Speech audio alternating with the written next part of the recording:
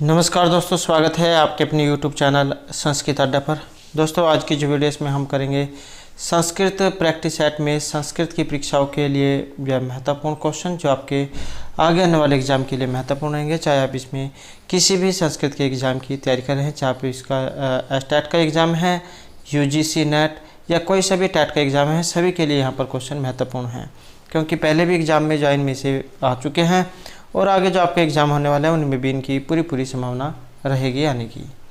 और अगर आपने हमारी इससे पहले वाली वीडियो नहीं देखी है तो इसे आप आई बटन पे क्लिक करके देख सकते हैं, या फिर हमारे चैनल की जो प्लेलिस्ट है वहाँ पर जाकर आप अभी तक की जितनी भी वीडियो है इन सभी को आप देख सकते हैं। और वीडियो शुरू करने से पहले अगर आपने अब तक हमारे चैनल को सब्सक्राइब नहीं किया तो सब्सक्राइब कर लो और साथ में घंटे वाले कोने से दबाकर आप ऑल पे क्लिक जरूर कर लीजिएगा, जिससे आपको हमारे आने वाली जो वीडियो उसकी नोटिफिकेशन मिलती रहेगी। और दोस्तों, वीडियो को लाइक कमेंट और शेयर जरूर कीजिएगा। और आप हमारा जो दूसरा चैनल है रीडिंग लवर्स के नाम से, इसे भी सब्सक्राइब कर सकते हैं, क्योंकि जो भी कोई नई वैकेंसी है इससे संबंधित जो महत्वपूर्ण जो अपडेट आती है तो वह हम इस चैनल पर डालते रहते हैं। और इसका जो लिंक है वो आपको इस वीडियो के डिस्क्रिप्शन में मिल जाएगा, तो वहाँ से आप हमारे चैनल पर पहुँच जाओगे। या फिर आप GK बाय रीडिंग लवर्स नाम से अगर सर्च करेंगे तो उसके बाद भी आप हमारे चैनल पर पहुँच जाओगे। तो महत्वपूर्ण अपडेट के लिए आप इस चैनल को सब्सक्राइब जरूर कर लीजिएगा। तो हमारा जो यहाँ पर पहला जो क्वेश्चन आया है ये किरात तर्जुम से है, और किरात तर्जुम जो है ये महाभारत से है। महाभारत किस में है? पर्वों में है। और कहाँ से ये लिया गया है? आदि, वन, विराट या शांति पर्व से। तो जैसा कि आपको पता है महाभारत किस में है? पर्वों में है। और पर्वों की जो संख्या वो कितनी है? पर्वों की संख्या 18 मानी गई है। अब जो ये 18 पर्व भी एग्ज़ाम में आ सकते हैं कि ये जो 18 पर्व हैं यहाँ पर कौन कौन से हैं। 18 पर्वों की अगर हम बात करें तो प्रथम रहेगा आपका आदि पर्व, सभा पर्व, अरण्यक पर्व, विराट पर्व, उद्योग पर्व, भीष्म पर्व, द्रोण पर्व, कर्ण पर्व, शल्य पर्व, सौप्तिक पर्व, स्त्री पर्व, शांति पर्व, अनुशासन पर्व, अश्वमेधिक पर्व, आश्रमवासिक पर्व, मौसल पर्व, महाप्रस्थानिक पर्व, स्वर्ग आरोहण पर्व। तो इस प्रकार से 18 पर्व हैं, और ये 18 के 18 पर्व आपको इसी क्रम में याद रखने हैं, क्योंकि इसी क्रम में इनकी संख्या पूछी जाएगी कि 5वें पर कौन सा है, 6ठे नंबर पर कौन सा है। तो इसी प्रकार से यहाँ पर संख्या पूछी जाएगी। तो ये तो बात हो गई आपके यहाँ पर पर्वों की। तो ये 18 पर्व थे। अब ये महाभारत के किस पर्व से ली गई है? तो महाभारत का कौन सा पर्व है और इसका जो यहाँ पर संबंध है ऑप्शन बी में रहेगा। तो महाभारत के अंदर जो वन पर्व है उसमें से ली गई है। अब जो ये वन पर्व है महाभारत में और कौन से नंबर का है, ये भी एग्ज़ाम में आ सकता है, क्योंकि क्वेश्चन को कई बार जो है कठिन बनाने के लिए उस क्वेश्चन के अंदर से ही क्वेश्चन को पूछ लिया जाता है। तो ये आपको 6ठे नंबर पर याद रखना है कि ये 6ठे नंबर का है। आदि पर्व जो ये पहले नंबर का है, विराट पर्व आपका 4थे नंबर का है, और जो शांति पर्व है ये आपके 12वें नंबर का है। तो ये आपके 12वें नंबर का है। और बात करें किरात तर्जुम की तो महर्षि भारवी जो उनके द्वारा रचित है आपका ये किरात तर्जुम। और थोड़ा सा किरात तर्जुम जो है और इनके द्वारा जो इनके जो रचयिता हैं महर्षि भारवी, उनके बारे में जान लेते हैं। तो महर्षि भारवी का जो उपनाम है ये आतपत्तर भारवी है। तो आतपत्तर भारवी जो है इनके नाम से इन्हें जाना जाता है। समय है इनका 600 ईस्वी के लगभग। और बृहत्रयी के अंतर्गत इनका जो काव्य है ये आता है।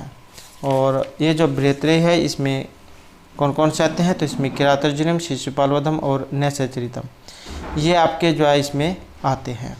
कई बार एग्ज़ाम में सरग भी देखने को मिले हैं, तो 18 इसमें सरग हैं, और श्लोक भी एग्ज़ाम में देखने को मिले हैं, तो 1023 इसमें श्लोक है। और 25 जो छंद है उनका इसमें प्रयोग किया गया है। वसंत एवं मालिनी जो छंद है उसका सबसे ज़्यादा प्रयोग हुआ है। प्रधान रस इसमें वीर है, और श्रृंगार गौण रस के रूप में है। रीति के और गुणों की बात करें तो पंचाली रीति और प्रसाद गुण है। नायक इसके अर्जुन है। प्रतिनायक के रूप में किराताधिपति शिव है। नायिका द्रौपदी है। अलंकारों की बात करें तो 3 शब्द अलंकार, 60 अर्थालंकार और 7 चित्तराक्षर इसमें रहेंगे। तो ये जो है यहाँ पर किरात तर्जुम से संबंधित कुछ महत्वपूर्ण जानकारी थी। अगला क्वेश्चन रहेगा किरात तर्जुम में कुल कितने सरग हैं? तो जैसा कि हमने पढ़ा है तो इसमें कितने हैं? तो इसमें ऑप्शन सी रहेगा हमारा 18 इसमें सरग हैं। श्लोकों की अगर हम बात करें तो 1000 30 इसमें श्लोक है। नेक्स्ट क्वेश्चन रहेगा हमारे यहाँ पर, सूक्ति आई है ही तो मनोहरी च दुर्लभम वच है, सूक्ति किस ग्रंथ से ली गई है? वेरी वेरी इंपॉर्टेंट सूक्ति है।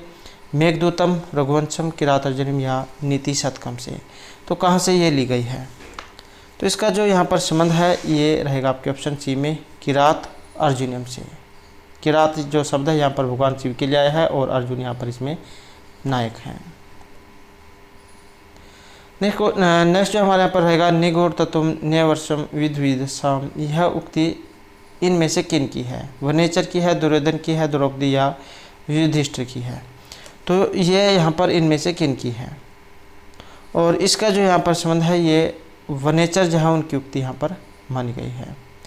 नेक्स्ट क्वेश्चन है, तथापि वक्तुमेव पश्यन्ति माम निरस्त नारी समय दुराध्याय, यह श्लोकांश किस ग्रंथ से लिया गया है? तो श्लोक आया है और इसका संबंध बताना किस श्लोक से है।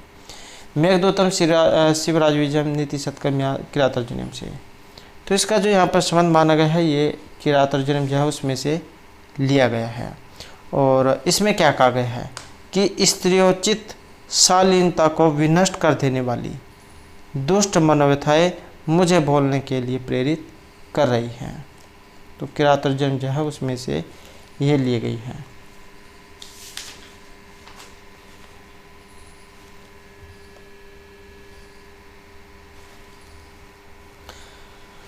नेक्स्ट क्वेश्चन है हमारे यहाँ पर मेघदूत से। ये जो मेघदूत जो है ये किस प्रकार का काव्य है? तो बात करें मेघदूत की, कथा है, महाकाव्य, खंड काव्य या नाटक? और यह आता आपका खंड काव्य के अंतर्गत। और महर्षि कालिदास जो उनके द्वारा रचित है और खंड काव्य है। एग्जाम में कई बार खंड काव्य या गीति काव्य जो वो दिया गया हो सकता है, तो गीति काव्य भी इसकी श्रेणी में ही आता है। वो 2 खंडों में बटा हुए है, पूर्वार्ध और उत्तरार्ध में। नायक इसमें यक्ष है, किंकर यक्ष, और नायिका जो इसमें यक्षिणी है। छंद की बात करें तो मंदाक्रांता छंद है और रस इसमें विप्रलम्ब श्रृंगार है। शैली की बात करें तो वैदर्भी रीति और प्रसाद गुण है। श्लोकों की संख्या बात करें तो इसमें प्रथम जो है उसमें 63 और दूसरे में 52, तो इस प्रकार से 115 जो श्लोक है वो यहाँ पर इसमें माने गए हैं। और उपजीव्य काव्य जो इसका ये रामायण है।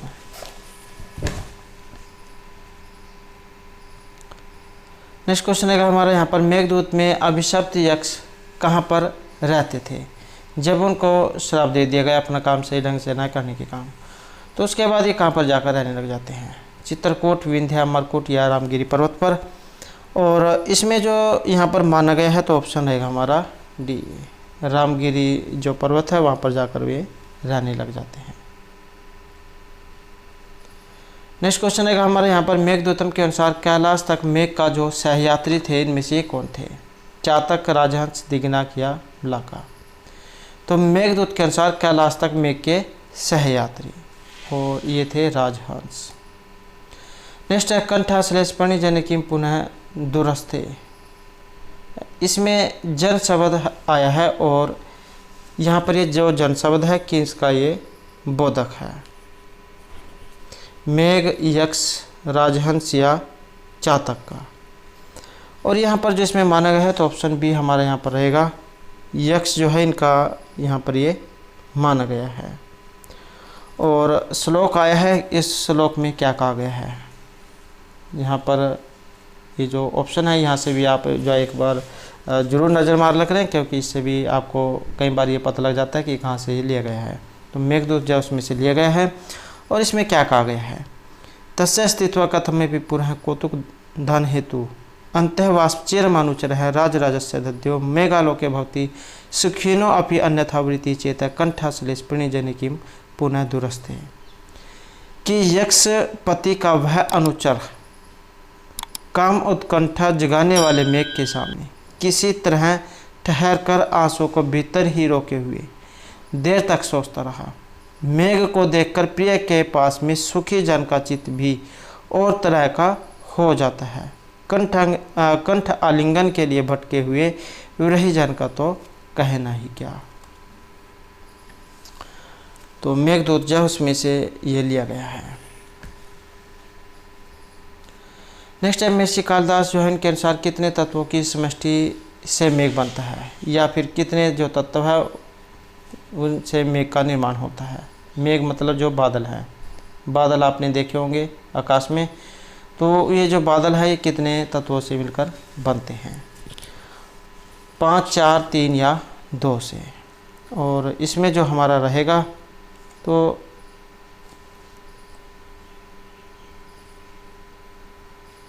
इसमें जो यहाँ पर इसमें आंसर था हमारा ये ऑप्शन बी वाला, तो इसमें तो बी था ये। और यहाँ पर कितने तत्वों से मिलकर ये मेघ जो है इनका निर्माण होता है, और मेघ का निर्माण जो है यहाँ पर 4 जो तत्व है इनसे मिलकर ये बनता है। तो धूम, ज्योति, सलिल, मरुत, ये 4 तत्व हैं जिनसे मिलकर मेघ का निर्माण होता है। नेक्स्ट है महर्षि कालिदास के अनुसार चेतन और अचेतन में प्रकृति कृपण जो है ये कौन होता है। शोकार्थ, क्षुधार्थ, कामार्थ या रोगार्थ। और इसमें जो यहाँ पर माना गया है तो कामार्थ जो होते हैं काम पीड़ा वाले, तो उनको माना गया है। नेक्स्ट जो हमारे यहाँ पर श्लोक आया है यांच मुगवरम अधिगुण नाद में लब्ध काम है। इसमें अधिगुण शब्द से किसका बोध होता है, या फिर कहाँ से ये लिया गया है, ये भी जो एग्ज़ाम में आ सकता है। तो इसका जो यहाँ पर अर्थ जो आया है ये रहेगा आपके ऑप्शन सी में। तो मेघ जो उसमें से ये लिया गया है, मेघ को देखते ही आपके याद आ जाना चाहिए कि मेघ दूत जो उसमें से ये लिया गया है। और इसमें क्या कहा गया है, जातम वंशे भुवन विदिते पुष्करावर्त का नाम जानामि त्वं प्रकृति पुरुषम काम रूपम मगुण है तेन अर्थित्वम तभी विधि वसादुर बंधुर्गतो अहम यंच मगवरम अधिगुणिना लब्ध कामा। कि पुष्कर और आवर्तक नाम वाले मेघों के लोक प्रसिद्ध वंश में तुम जन्मे हो। तुम्हें मैं इंद्र का काम रूपी मुख्य अधिकारी जानता हूँ। विधिवश अपनी प्रिय से दूर पड़ा हुआ मैं इसी कारण तुम्हारे पास याचक बन के आया हूँ। गुणी जन से याचना करना अच्छा है, चाहे वह निष्फल ही रहे। अधम से मांगना अच्छा नहीं, चाहे सफल भी हो जाए। तो कोई अच्छा व्यक्ति है, अगर आप उसके पास किसी हेल्प के लिए जाते हैं, सहायता मांगने के लिए जाता है, तो चाहे वो आपको मना भी कर दे लेकिन आपका मन इतना दुखी नहीं होगा। लेकिन अगर आप किसी दुष्ट व्यक्ति के पास जाते हैं और वो अगर आपको हाँ भी कर दे काम के लिए, तब भी जाओ उसमें आपको शंका ही रहेगी, कहीं जाओ कुछ गलत ना कर दे।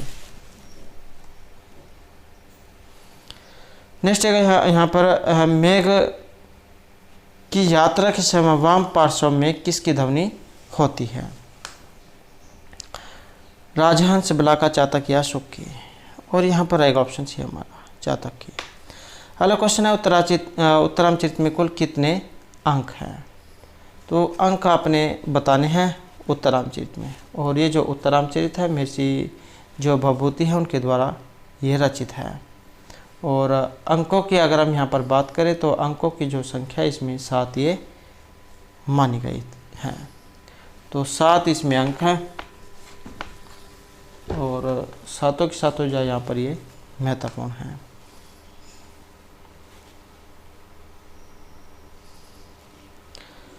नेक्स्ट क्वेश्चन है हमारे यहाँ पर उत्तरामचरित।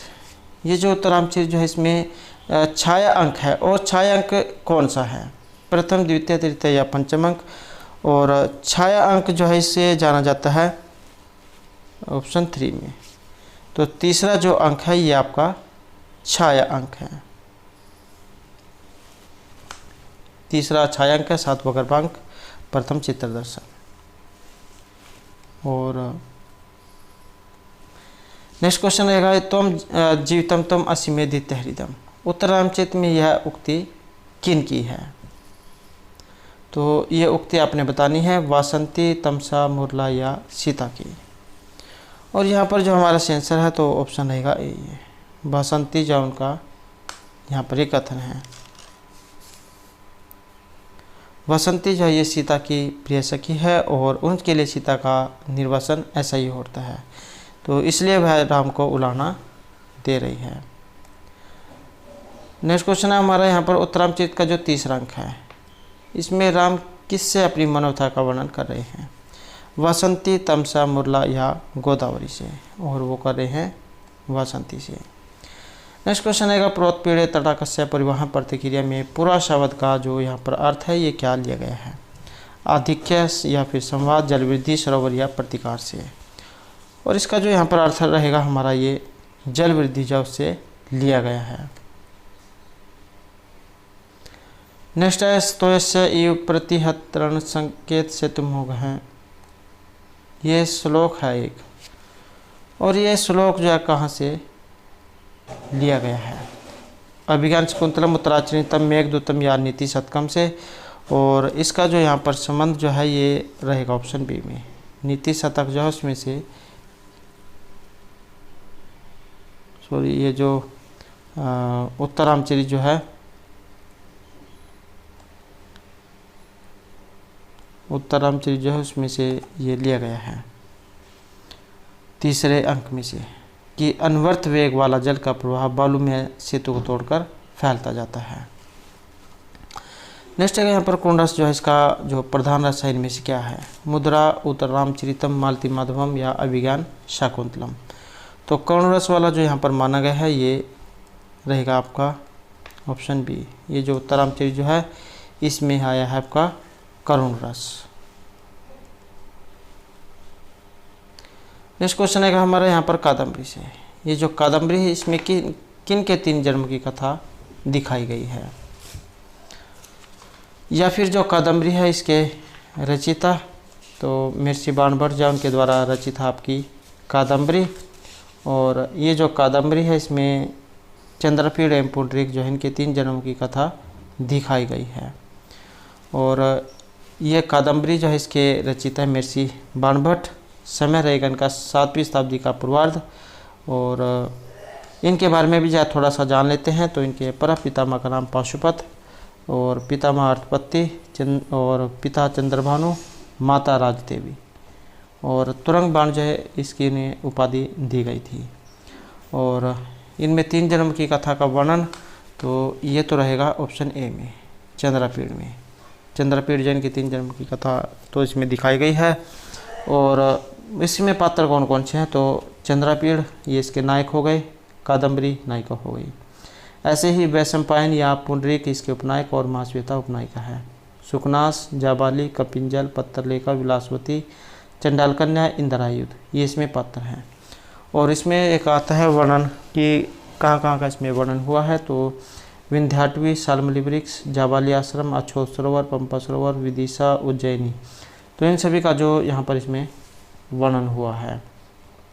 और कई बार जो एग्जाम में भी देखने को मिला कि ये जो कादम्बरी है काव्य विधा में किस प्रकार की है? तो ये कथा है। और एक पंक्ति जो इसमें आती है कि कादम्बरी रस ज्ञानम आहारोपिना रोचते। तो ये भी जो है कादम्बरी के बारे में ही आती है कि कादम्बरी का रस जिसे अच्छा लग जाए उसे भोजन भी अच्छा नहीं लगता है। तो ये जो इसके बारे में कुछ महत्वपूर्ण जानकारी थी। नेक्स्ट है कौन रसस्य मूर्ति अथवा श्रीधानी विरह व्यथा वनमेति जानकी है। तो यह जो यहाँ पर कथन है ये इनमें से किन का है? मुरला, सीताराम या तमसा का। तो ये जो यहाँ पर लिया गया है तो ऑप्शन डी हमारा यहाँ पर रहेगा, तमसा जो है उनका यहाँ पर ये कथन है। नेक्स्ट क्वेश्चन हमारा यहाँ पर महर्षि भभूति जो है ये इनमें से किन के आश्रित कवि थे? जयचंद्र, यशोवर्मा, हर्षवर्धन या देवपाल के। और महर्षि भभूति तो इनका जो संबंध है ये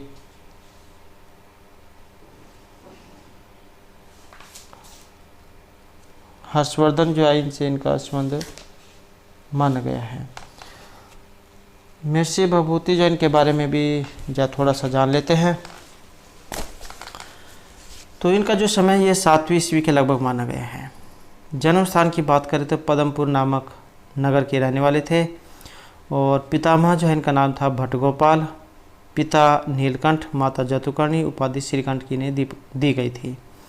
रस है इनका, रस की बात करें या इनके काव्य की बात करें तो ये उत्तरामचरित जो नाटक है इसमें करुण रस जो है ये रहेगा। रीति और गुणों की बात करें तो यहाँ पर वैदर्भी रीति, गौड़ी एवं वैदर्भी रीति है, गौड़ी एवं वैदर्भी रीति का मणिकांचन संयोग इसमें आपको देखने को मिलेगा। और अलंकारों की बात करें तो इसमें 38 अलंकारों का प्रयोग किया गया है। और आपको अंक तो पता ही है, इसमें 7 अंक है। 7 अंक के अलावा इसमें श्लोक आ सकते हैं, तो 256 इसमें श्लोक हैं। और छंदों की बात करें तो 19 जो छंद हैं उनका इसमें प्रयोग किया गया है, तो 19 इसमें छंद हैं।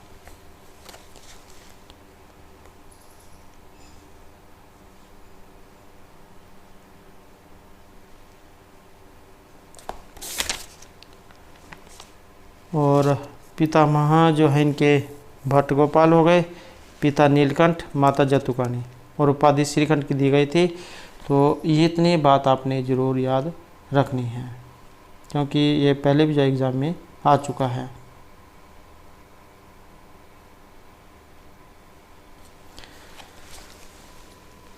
नेक्स्ट क्वेश्चन है हमारा यहाँ पर शिवराज विजय से। तो इनके जो यहाँ पर लेखक इनमें से कौन है? अंबिका दत्त व्यास, दंडी, कालिदास या शुभंदु।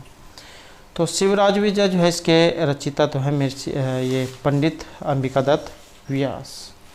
तो इसमें तो जो यहाँ पर ऑप्शन ये हमारा रहेगा। और ये जो पंडित अंबिका दत्त व्यास जो है इनके द्वारा लिखा गया शिवराज विजय, और इनके बारे में भी बहुत से क्वेश्चन एग्जाम में आपको देखने को मिलेंगे। तो थोड़ा सा जो इनके बारे में जो हम देख लेते हैं, तो इनका जो जन्म है ये राजस्थान में हुआ था, और राजस्थान के हीरावत धुरा नाम गांव में। पितामह जो है इनका नाम था राजाराम शास्त्री, पिता का नाम था दुर्गादत्त। इनका जो ये जन्म जो हुआ था सिलावटी मोहल्ले में चैत्र शुक्ल अष्टमी 1915 और विक्रमी संवत 1858 में हुआ था। मृत्यु जो है इनकी ये मार्गशीर्ष 13 संवत 1957 व विक्रमी संवत 1900 में हुई थी। और नवरात्रि के दिन जन्म होने के कारण जो इनका नाम अंबिका दत्त रखा गया था। और पीयूष प्रवाह पत्रिका का इनके द्वारा संपादन किया गया था।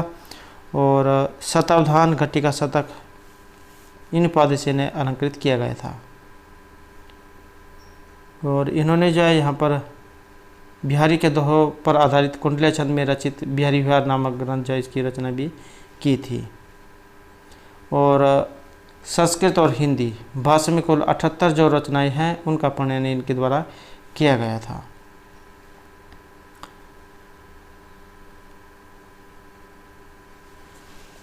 और अभिनव बाण, भारत रत्न, भारत भूषण, घटिका शतक और शतावधान, तो ये इनकी उपाधियाँ मिली हुई थी इनको, इनसे इन्हें अलंकृत किया गया था। अधिक विस्तार पूर्वक अगर आप इनके बारे में पढ़ना चाहते हैं तो आप हमारे चैनल की जो प्लेलिस्ट है वहाँ पर जाकर इनके बारे में पढ़ सकते हैं। नेक्स्ट है संस्कृत संजीवनी समाज की जो स्थापना ये किसने की थी? कुसुमदेव, अंबिका दत्त व्यास, माधव भट्ट या गोविंदास ने। तो यहाँ पर जो हमारा सही आंसर जो है ऑप्शन रहेगा बी, ये पंडित अंबिका दत्त व्यास। नेक्स्ट है संस्कृत साहित्य में प्रथम ऐतिहासिक उपन्यास होने का जो गौरव है इनमें से किन्हें प्राप्त हुआ है? और ये जो यहाँ पर गौरव जो है ये रहेगा ऑप्शन बी, शिवराज विजय को। शिवराज विजय जो है ये किस में है? निश्वासों में है। और निश्वासों की जो संख्या है ये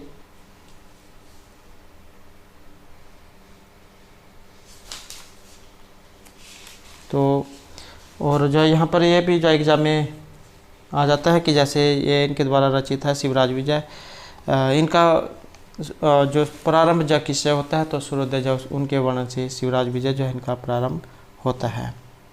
और ये एक उपन्यास है। नेक्स्ट है शिवराज विजय में जो प्रधान रस है ये कौन सा है? करुण, वीरस, हास्य या श्रृंगार रस। तो रस की बात करें तो यहाँ पर जो है इसमें आंसर जो हमारा रहेगा ऑप्शन बी है, वीर जो यहाँ पर रस है। नेक्स्ट है शिवराज विजय की जो संपूर्ण कथा है ये कितने निश्वासों में है? तो ये किस में है? निश्वासों में है। और कितने हैं? 5, 8, 4 या 3। तो इसमें रहेगा ऑप्शन सी है।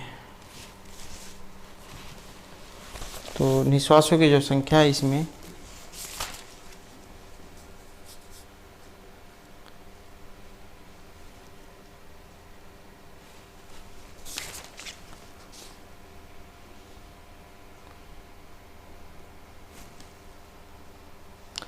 तो निश्वास जो है इसमें ये आपके 12 जो है रहेंगे, क्योंकि 3 जो है इसमें विराम है और प्रत्येक में 4 निश्वास हैं। तो इस प्रकार से जो है यहाँ पर ये 12 जो है इसमें माने गए हैं। तो यहाँ पर आप जो है इसमें 12 जो है कर लेना, क्योंकि इसमें संख्या 12 है और विराम है इसमें।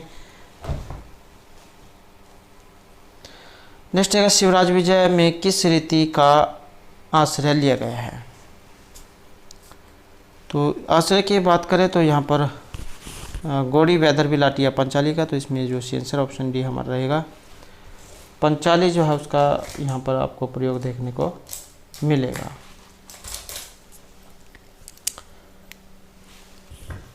नेक्स्ट क्वेश्चन रहेगा महर्षि भर्तृहरि से, और महर्षि भर्तृहरि ने जो नीति शतक लिखा है ये किस में है? गद्य, पद्य, श्लोक या छंद में?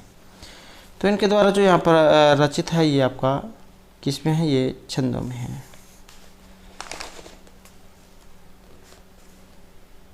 मुक्ता काव्य जो उसकी जो श्रेणी है उसमें ये आता है। नेक्स्ट क्वेश्चन है हमारा यहाँ पर नीति शतक में कितने प्रकार के प्राणी बताए गए हैं? 3, 4, 5 या 8, और इसमें रहेगा ऑप्शन बी ये। तो 3 प्रकार के प्राणी जो यहाँ पर बताए गए थे, अजय, विशेषज्ञ और मूर्ख। ये आप इसे अज्ञ कह सकते हैं, अजय तो ये हो गया, और विशेषज्ञ हो गया, और जो आपका मूर्ख। नेक्स्ट है, विद्या विहीन पशु या उक्ति किस ग्रंथ से संबंधित है? नीति शतकम, पंचतंत्र, उत्तरामचरितम या मेघ दूतम से? और इसका जो यहाँ पर संबंध है ये नीति शतक जो है उसमें से ली गई है कि उत्तम प्रकृति के लोग बार बार विघ्नों के पड़ने पर भी ये जो कि विद्या विहीन पशु, विद्या से रहित व्यक्ति जो वो ऐसे पशु के समान है जिनके सींग और पूंछ नहीं होती है।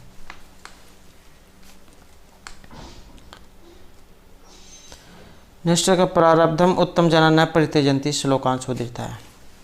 तो यहाँ पर उत्तम और मध्यमादम जो व्यक्ति हैं उनके बारे में बताया गया है। उत्तम प्रवृत्ति के जो व्यक्ति होते हैं किसी काम को अगर शुरू कर देते हैं तो उसे लास्ट तक जब तक पूर्ण नहीं होता तब तक बीच में छोड़कर नहीं भागते हैं। मध्यम प्रवृत्ति वाले जो काम को शुरू कर देते हैं लेकिन बीच में छोड़कर भाग जाते हैं, और जो नीच व्यक्ति होते हैं वो कार्य को शुरू ही नहीं करते हैं। तो इस प्रकार से यहाँ पर 3 प्रकार के जाइए व्यक्ति यहाँ पर रहेंगे, और उत्तम व्यक्ति जो उनके बारे में यहाँ पर कहा गया है। और ये जो श्लोक है कहाँ से लिया गया है? तो इसका संबंध ये नीति शतक से रहेगा। महर्षि भर्तृहरि जो उनके द्वारा ये रचित है, और शतक त्रय के लिए इन्हें जाना जाता है, 3 शतकों के लिए, नीति, श्रृंगार और वैराग्य शतक। तो इन 3 शतकों के लिए इन्हें जाना जाता है। इसके अलावा जो वाक्य पद्यम जो है ये भी महर्षि भर्तृहरि जो इनके द्वारा ही रचित है। नेक्स्ट क्वेश्चन है यहाँ पर शिव धर्म परम गहना योग्य नाम अपिगम्य है। श्लोकांश में परम गहना से जो तात्पर्य क्या लिया गया है? शिव धर्म जो है वो बहुत कठिन होता है, और योग्य व्यक्ति जो है उनके लिए भी बहुत कठिन माना गया है। तो इसमें परम गहना जो सेवावृत्ति है, स्वाभिमान, एजेंशियल या असंभव, ये इनका अर्थ यहाँ पर क्या लिया गया है? तो इसका जो अर्थ है ये असंभव जो उनसे लिया गया है।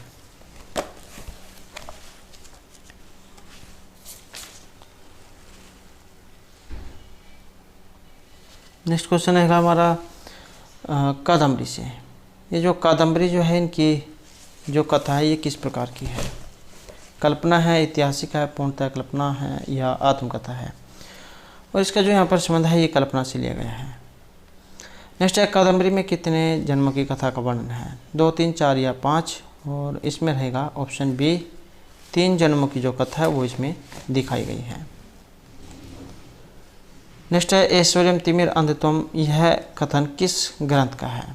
शुकनासुपदेश के कादम्बरी से, नीति शतक, पंचतंत्र या मेघ दूतम से? और इसका जो यहाँ पर संबंध है ये ऑप्शन ए में रहेगा। शुकनासुपदेश जो है इसमें से ये लिया गया है कि ऐश्वर्य से अपना नेत्र रोग अंचन की शलाका के उपयोग से दूर नहीं होगा। नेक्स्ट है पार्वती प्रणय के जो रचिता है यहाँ पर इनमें से कौन है। और महर्षि बाणभट्ट जो है इनके द्वारा रचित है ये पार्वती परिणय। और महर्षि बाणभट्ट के द्वारा ही जो है कादम्बरी ये भी रचित है। और मुक्ताड़ितकम इनके भी जो रचिता है महर्षि बाणभट्ट है। कादम्बरी, हर्षचरित, चंडी शतकम, पार्वती परिणय, मुक्ताड़ितकम, तो ये सभी के जो रचिता है महर्षि बाणभट्ट हैं।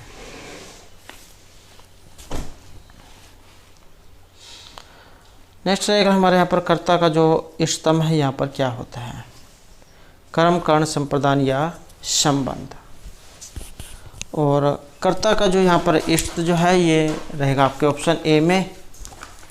तो कर्म जो है इसे यहाँ पर इनका इष्टतम माना गया है। और ये जो कारक प्रकरण है उसमें से जो ये लिया गया है। और इसमें कई बार चाहे ये विभक्ति जब पूछी जाती है तो द्वितीय जो विभक्ति है उसका प्रयोग यहाँ पर इसमें किया जाता है।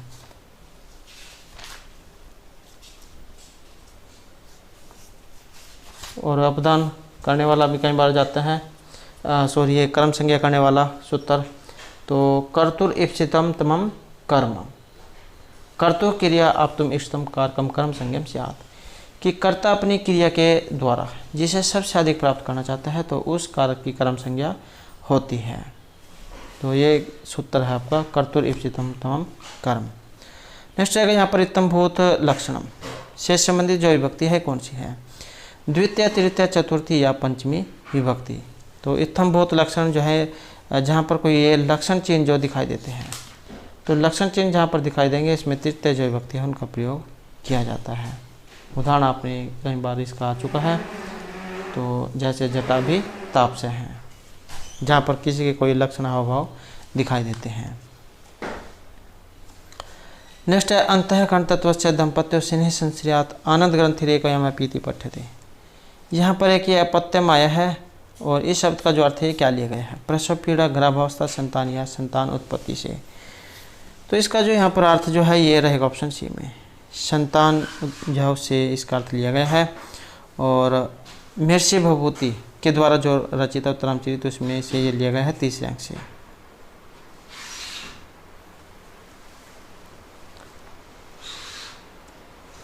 नेक्स्ट जगह से वर्णलिंगी विदित है समायोजिष्टम द्वैत बने वनेचर श्लोकांश में वर्णलिंगी शब्द का अर्थ क्या है या एग्जाम में आ जाए कहाँ से ली गई है। तो द्वैतवन, वनेचर, युधिष्ठिर, यहाँ से एकदम से आपको याद आ जाना चाहिए कि ये जो किरातर्जुनीम है उसमें से ये लिया गया है जो महर्षि भारद्वाज उनके द्वारा रचित है। और इसका अर्थ यहाँ पर क्या लिया गया है तो ये ब्रह्मचारी जो है इससे इनका अर्थ यहाँ पर लिया गया है कि ब्रह्मचारी वेश वाला वृत्तांतों का ज्ञाता वनेचर युधिष्ठिर के पास गया। नेक्स्ट आएगा हमारा यहाँ पर किरातर्जुनीम से। तो किरातर्जुनीम जो है इसमें दुर्योधन अपनी श्रेष्ठता प्रदर्शित करने के लिए जो आचरण करता है वह आचरण नीति या क्या कहलाती है, किसके द्वारा है। बृहस्पति, नारद, मन या कामंदक के द्वारा। तो वह आचरण नीति निर्धारित की गई है यहाँ पर मन के द्वारा। नेक्स्ट है दुर्योधन कुरु प्रजा को प्रसन्न करने के लिए जो विशेष व्यवस्था करता है तो वह इनमें से किससे संबंधित है। कौरव को उदार बनाने से, सिंचाई व्यवस्था को उन्नत करने से, उपहार बांटने या कृष्ण के साथ संबंधों को सुधारने से। इसका जो यहाँ पर अर्थ रहेगा ऑप्शन बी में, सिंचाई व्यवस्था को उन्नत करने से। नेक्स्ट है किरातर्जुनीम का जो कथानक है ये लिया गया है महाभारत के वन, भीष्म, विराट या शांति पर्व से। जैसे हमने पहले भी जब इसके बारे में पढ़ा है तो इसका जो संबंध है ये वन पर्व से रहेगा। नेक्स्ट है मखेश्वर खिन्न अनुमत है प्रोत्साधीन होती हव्य वने हिरण्य रेतस्मम। तो यहाँ पे एक ये हिरण्य रेतस्मम शब्द आया है और इसका जो यहाँ पर तात्पर्य है किससे लिया गया है। धातु से, देवता से, किसी यज्ञ से या किसी विशेष पुरोहित से। और इसका जो अर्थ है ये किसी देवता से लिया गया है। और कहाँ से ये लिया गया है तो महर्षि भारद्वाज द्वारा जो रचित है किरातर्जुनीम उसका जो प्रथम सर्ग है उसमें से ये लिया गया है।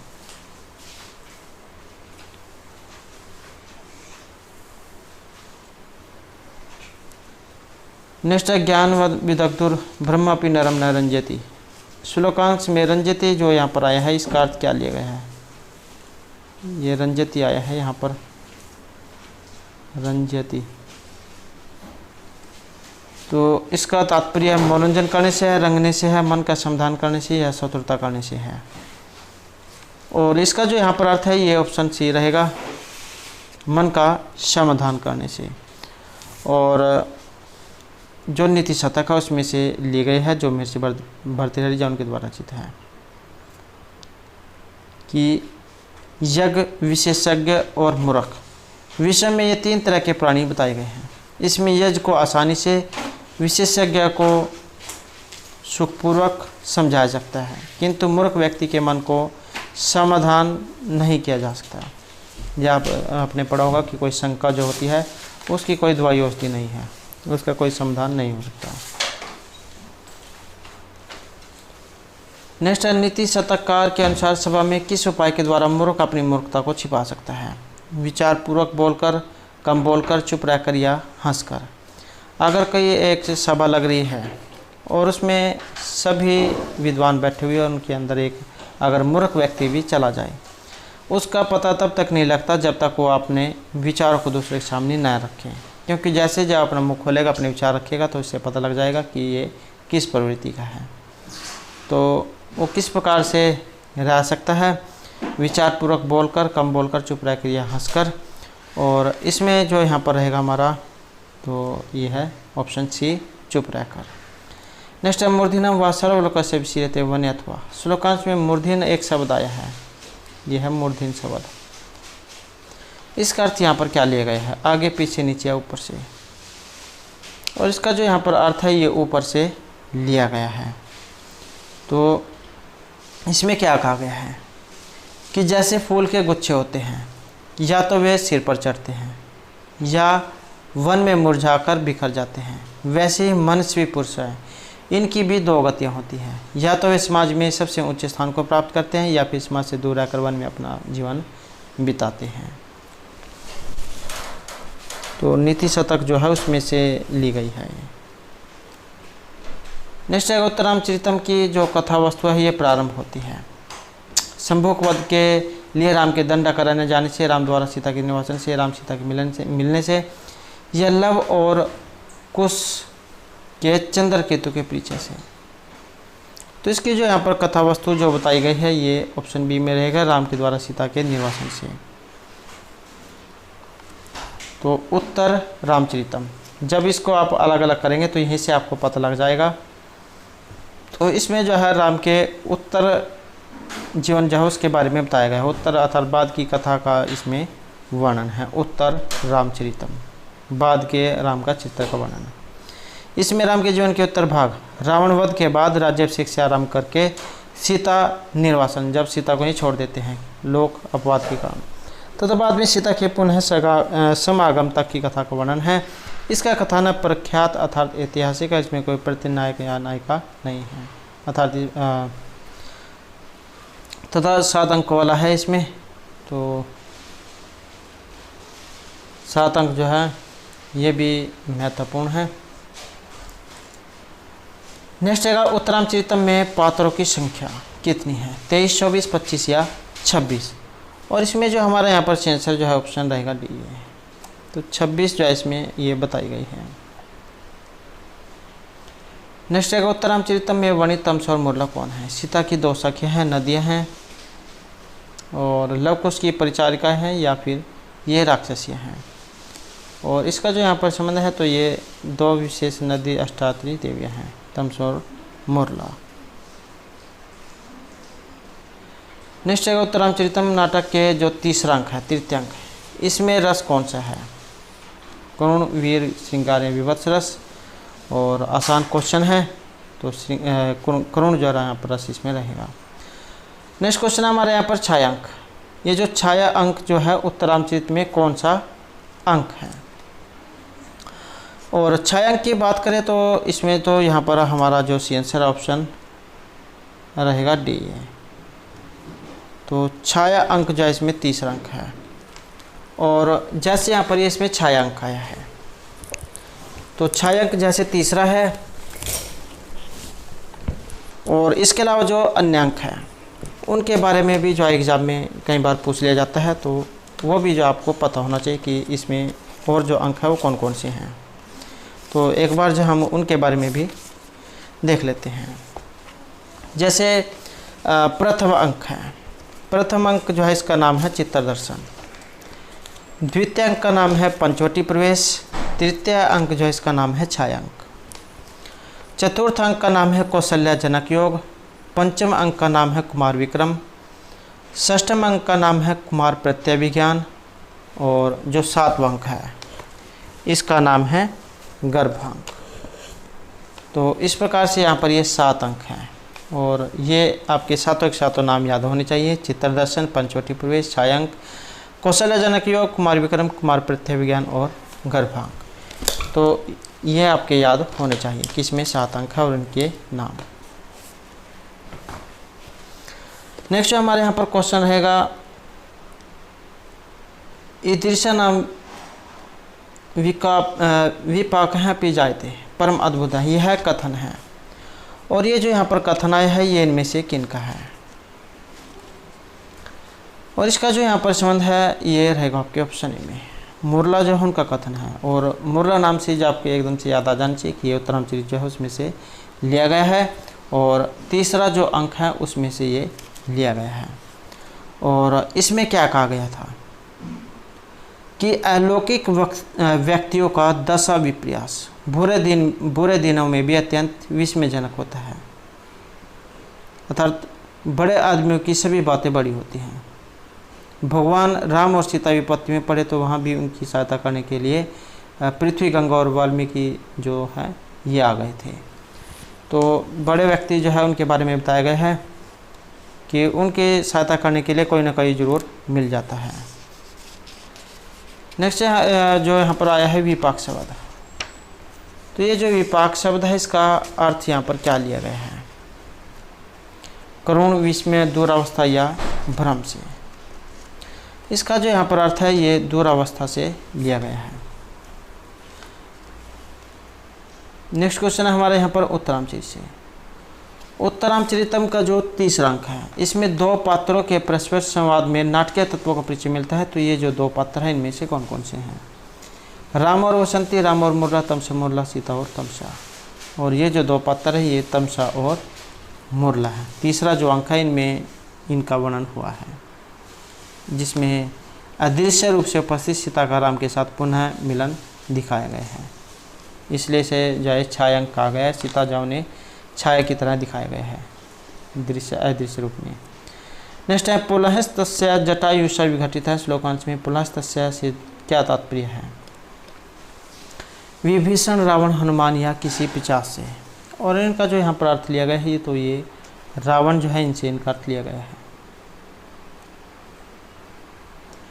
नेक्स्ट क्वेश्चन आएगा हमारा, मेघदूत में किस राजा का उल्लेख मिलता है। चंड प्रदोत, उदयन, विक्रमादित्य या फिर बिंबिसार का। और इसमें जो यहाँ पर वर्णन जो आपको देखने को मिलेगा तो ये राजा उदयन जो है उनका वर्णन इसमें देखने को मिलेगा। प्रद्योतस्य प्रिय दुहितरम वत्स राजा उत्तर जहन है। तो ये उदयन का है। नेक्स्ट है प्राप्त मित्रे भवती विमुखम किम पुनः तथा उच्चे। यह श्लोकांश उद्धृत है। तो ये श्लोक लिया गया है मेघदूत, अभिज्ञान शकुंतलम, किरातार्जुनीम या शिवराज विजय से। और इस श्लोक का जो यहाँ पर संबंध जो है ये मेघदूत से है, उसमें से लिया गया है। और इसमें क्या कहा गया है कि छोटा जन भी आश्रय चाहने वाले मित्र के आने पर उसके पहले किए गए हुए उपकार को ध्यान में रखकर आश्रय देने से मुख नहीं मोड़ता। अगर आप किसी की एक बार हेल्प कर देते हैं तो उसको ज़रूर याद रखता है कि इसने कभी जा मेरे कठिन समय में सहायता की थी। नेक्स्ट है अनुसुईया और प्रियव्रता जो ये कौन है। तो क्वेश्चन पहले भी आ चुका है, आसान क्वेश्चन है। और इसका जो संबंध है ये ऑप्शन सी में रहेगा। शकुंतला की जो 2 सखियाँ हैं ये अनुसुईया और प्रियव्रता है। तमसा और मुरला कौन है, तो ये 2 नदी देवता हैं। नेक्स्ट अभिज्ञान शकुंतलम नाटक में वर्णित जो गौतमी आई है ये कौन है। दुष्यंत की परिचारिका है, कन्नव की बहन है, कन्नव की शिष्या, ये एक अप्सरा है। तो इसका जो यहाँ पर संबंध जो है ये कन्नौ जो है इनकी शिष्या से लिया गया है। तो वृद्ध तापसी है कि गौतमी जो शकुंतला की विदाई के समय राजा दुष्यंत के घर पर गई थी उनको छोड़ने के लिए। नेक्स्ट आएगा यहाँ पर दुष्यंत के साथ शकुंतला का विवाह संपन्न होने पर उसकी सखियाँ क्या हो जाती हैं? प्रसन्न, चिंतित, क्रोधित या ईर्ष्याग्रस्त। और यहाँ पर रहेगा हमारा ऑप्शन ए है, तो प्रसन्न जावे हो जाती हैं।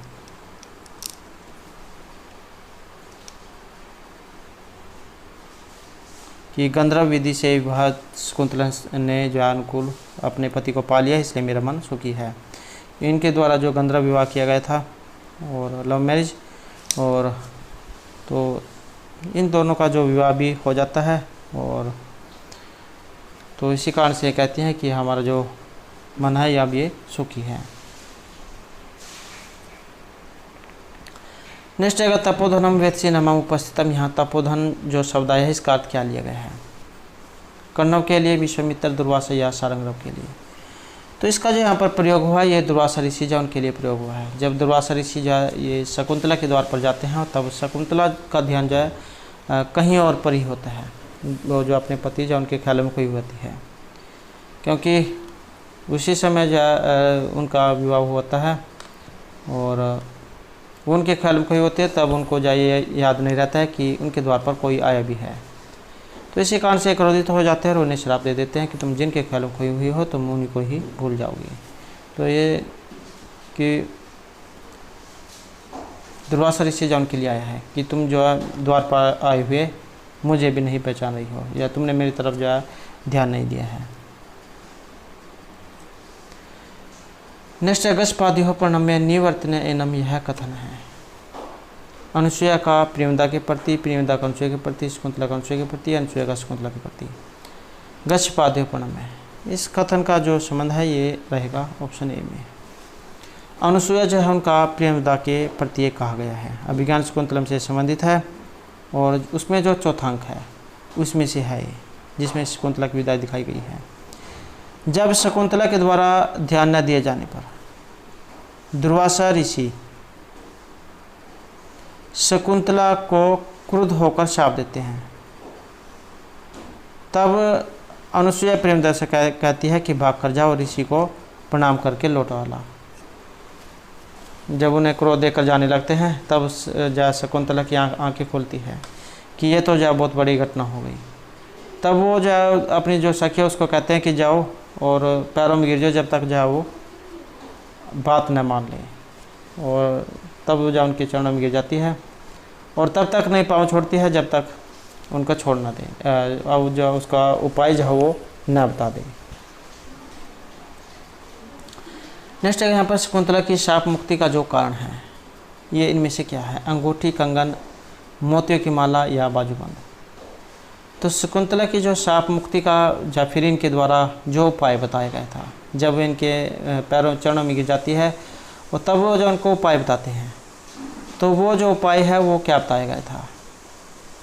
अंगूठी, कंगन, मोतियों की माला या बाजूबंद। और यहाँ पर जो रहेगा ऑप्शन यही है। तब अभिज्ञान जो है अर्थात अंगूठी उनके बारे में बताते हैं कि जैसे तुम वे जो है उनको देखेंगे तो उनको सारी घटना याद आ जाएगी। नेक्स्ट है शिवराज विजय, ये किस में विभक्त है? सर्ग, खंडों, उल्लासों या निश्वासों में। और इसमें जो हमारा सी आंसर जो है ये रहेगा ऑप्शन डी में, निश्वासों में है।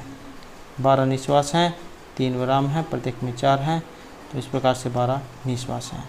सूर्योदय के वर्णन से इनका प्रारंभ होता है। नेक्स्ट है नीति शतकार के मत अनुसार राजा के जो प्रिय हैं इनमें से कौन होते हैं? उसके अपने प्रियजन, घनिष्ठ मित्र, निजी सेवक या कोई भी नहीं। और नीति शतक जो है महर्षि भर्तृहरि जो उनके द्वारा रचित है और इसमें जो यहाँ पर वर्णन जो हुआ है ये रहेगा ऑप्शन डी में, अर्थात इनमें से किसी के भी बारे में नहीं। नेक्स्ट है दुष्टों की जो मित्रता है इसकी तुलना इनमें से किसके साथ की गई है? छाया, कोयला, सर्प या विष के साथ। और ये की गई है सर्प के साथ।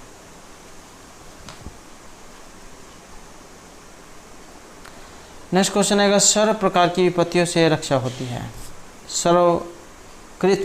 पूर्वकृत पुण्यों के कारण, वीरता, देवताओं की सहायता या प्रत्युत्पन्नमति से। और यहाँ पर जो इसका अर्थ लिया गया है तो ये पहले के किए गए जो काम होते हैं जब आप अच्छे कर्म जो करते हैं तो उसी से जो है विपत्तियों से रक्षा बताई गई है। नेक्स्ट रहेगा कंथा शब्द जो है इसका अर्थ क्या लिया गया है, जीर्ण वस्त्र, बागंबर, नूतन वस्त्र या कमंडल से। और इसका जो यहाँ पर अर्थ जो है ये जीर्ण वस्त्रों से लिया गया है, पुराने जो वस्त्र हैं। नेक्स्ट है मेघदूतम में जो यक्ष है ये शापित हैं, तो इनको श्राप दे दिया जाता है अपने काम को सही ढंग से न करने का। कुबेर, शिव, हिमालय, या दुर्वासा के द्वारा। और इनको जो श्राप है जो है ये धनपति कुबेर जो है उनके द्वारा दिया गया था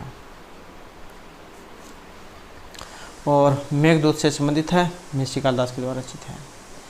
नेक्स्ट है तस्मीन अद्रव कतिचित बला विप्रयुक्त है सैकामी। यहाँ अद्रव एक शब्दाय है ये वाला, तो इससे यहाँ पर तात्पर्य क्या लिया गया है, पर्वत, यक्ष के स्वर्ण कंकन, मेघ या हाथी की क्रीड़ा से।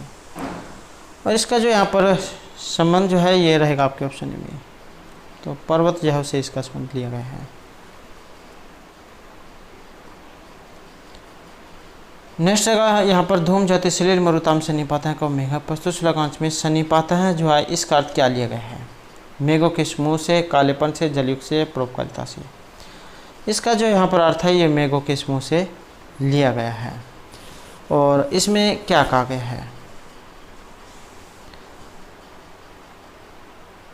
कि कहाँ तो यह मेघ जो कि धुएं, आग, पानी और हवा का समूह है, और संदेश की बातें जो कि केवल प्राणी के द्वारा ही पहुंचाई जा सकती हैं। तो ये धूम, ज्योति, सलील, मरुत, धूम, ज्योति, सलील और मरुत, तो इन चार वस्तु जो है इनसे मिलकर ये जो बादल जो है इनका निर्माण होता है। तो मेघों के समूह से यहाँ पर लिया गया है। नेक्स्ट है मेघदूत जो है इसमें वर्णित पुष्कर आवर्तक से क्या अर्थ लिया गया है, मेघों के कुल से, निवास स्थान से, अलकापुरी से या यक्ष के विशेष दूत से। और इसका जो यहाँ पर अर्थ जो है ये रहेगा ऑप्शन ए में, मेघों का जो कुल है ये पुष्कर आवर्तक वहाँ से लिया गया है। इसमें जो श्लोक आया पहला श्लोक उसमें जो है अपने बारे में ये वर्णन करते हैं कि तुम जलोक में प्रसिद्ध पुष्कर आवर्तक नाम के बादलों के कुल में पैदा हुए हो। नेक्स्ट है संपत्ति संते कतिपय दिन स्थायी दशारणा। इस श्लोकांश में ये दशारणा शब्द आया है, तो ये एक क्या है, देश है, पर्वत है, नदी या फिर यक्ष है। इसका जो संबंध है ये देश से लिया गया है कि हे मेघ, रास्ते में आगे तुम दशाण जनपद में पहुंचोगे जहां तुम आगमन के साथ केवड़े के फूल खिल उठेंगे या खिलते हुए दिखाई देंगे। नेक्स्ट आएगा यहाँ पर अव्यभाव समास है। अव्यभाव जो है इसकी सिद्धि होने पर संपूर्ण पद किस प्रकार का होगा, स्त्रीलिंग में होगा, नपुंसकलिंग होगा, पुल्लिंग होगा या तीनों लिंगों में होता है। और इसका जो यहाँ पर अर्थ जो है ये रहेगा ऑप्शन सी में, नपुंसकलिंग जो है इसमें ये बनता है। अव्यभावश्च सूत्र आपने पढ़ा होगा, तो उसके अनुसार अव्यभाव समास जो है नपुंसकलिंग में होता है, अर्थात अव्यभाव समास में प्रथम पद ही प्रधान होता है और संपूर्ण पद अव्यय की तरह प्रयोग में लाया जाता है और यह नपुंसकलिंग प्रथम एकवचन में रहता है। नेक्स्ट है यहाँ पर विष्णु पश्चात जो है इसका संपूर्ण पद क्या है, तो विष्णु पश्चात, और विष्णु पश्चात जो है इसका रहेगा ऑप्शन ए में अनु विष्णु, अनु विष्णु, विष्णु पश्चात। ऐसे ही अधिगोपम है, उपकृष्णम है, उपकृष्णेन है, अतिहिमम है, अतिनिद्रम है, अनुविष्णु है।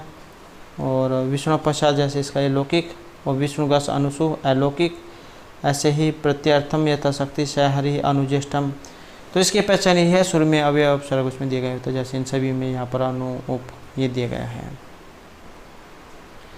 नेक्स्ट है निर्मक्षिकम में जो यहाँ पर समास है कौन सा है, न्याय समास, द्वितीय तत्पुरुष, सप्तमी या अव्यभाव समास। निर्मक्षिकम तो निर्मक्षिकम का जो विग्रह अगर हम करें तो ये लौकिक में बनेगा मक्षिका नाम अभाव है, मक्षिका आम निर्सु।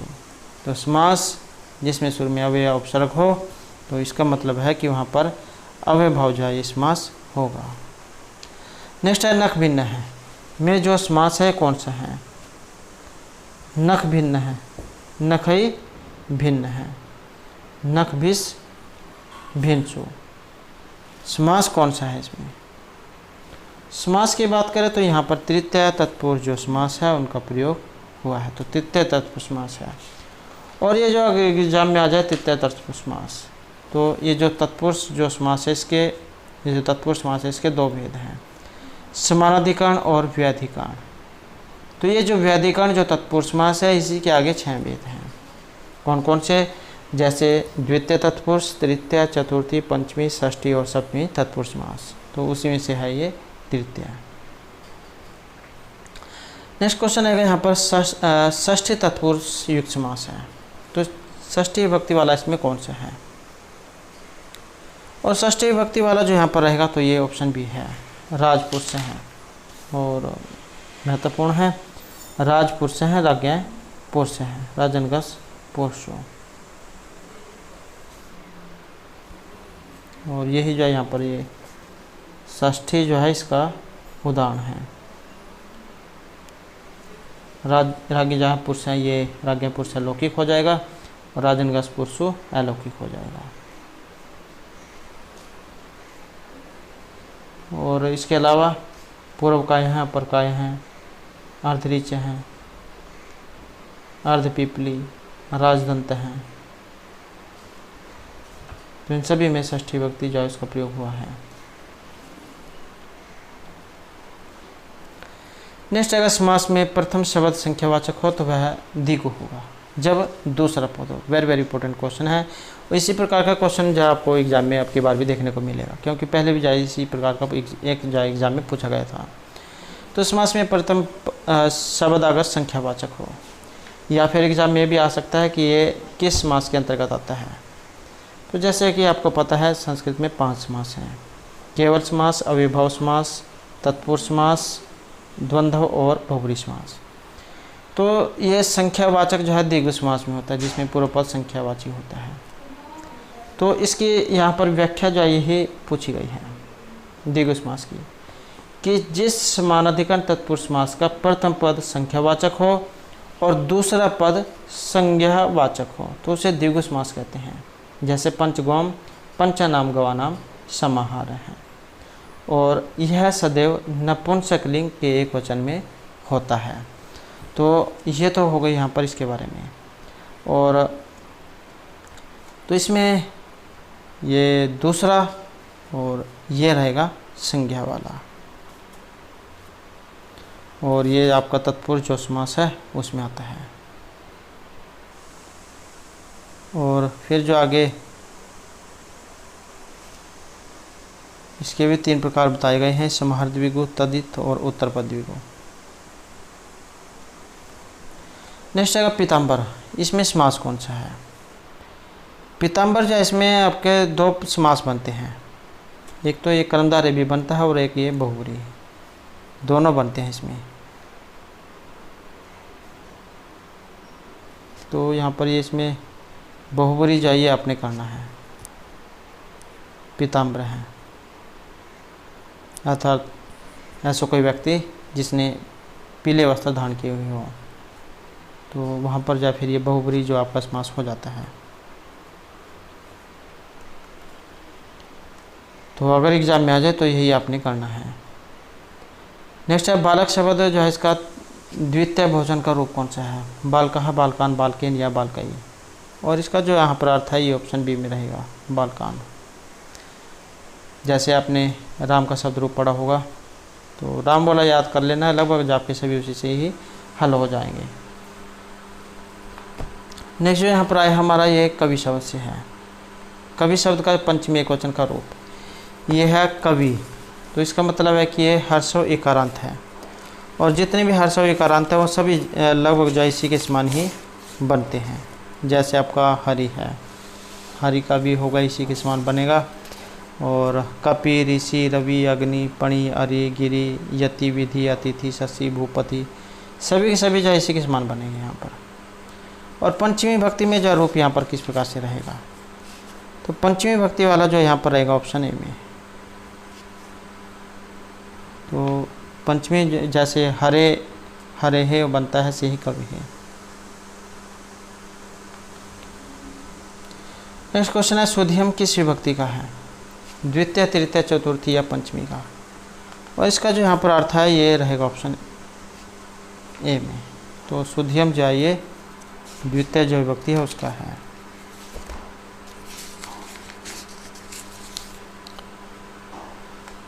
नेक्स्ट क्वेश्चन है भानु से, ये है आपका उकारांत। उकारांत में जो हर्ष ओ है उसमें भानु जो है इसका अर्थ होता है सूर्य। और पंचमी भक्ति में बताना है, तो पंचमी भक्ति में इसमें कौन सा बनेगा, पंचमी भक्ति में रहेगा ऑप्शन डी वाला। भानहु जो है ये आपका बनता है, पंचमी में भी यही बनेगा और षष्ठी में भी यही बनेगा। और जो भानुनाय है ये बनता आपका तृतीय में।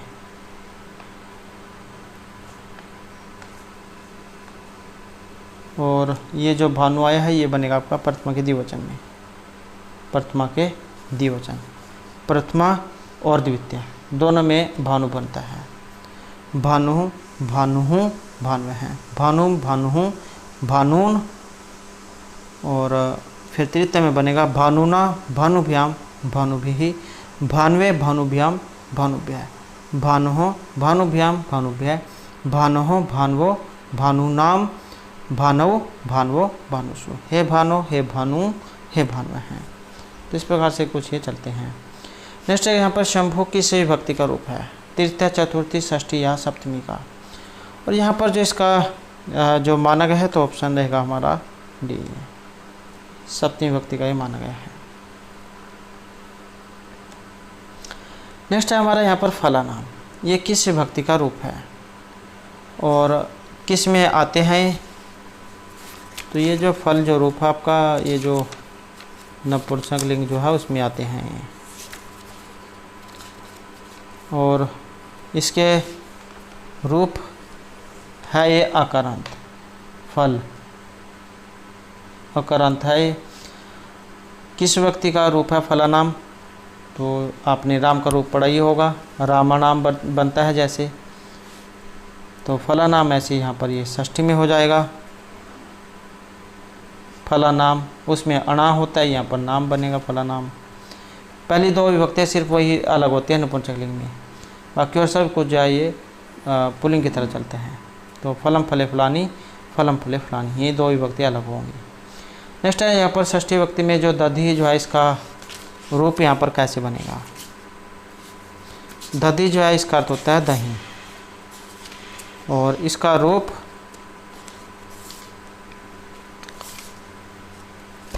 और क्या है, ये इकारांत है, हर्ष इकारांत।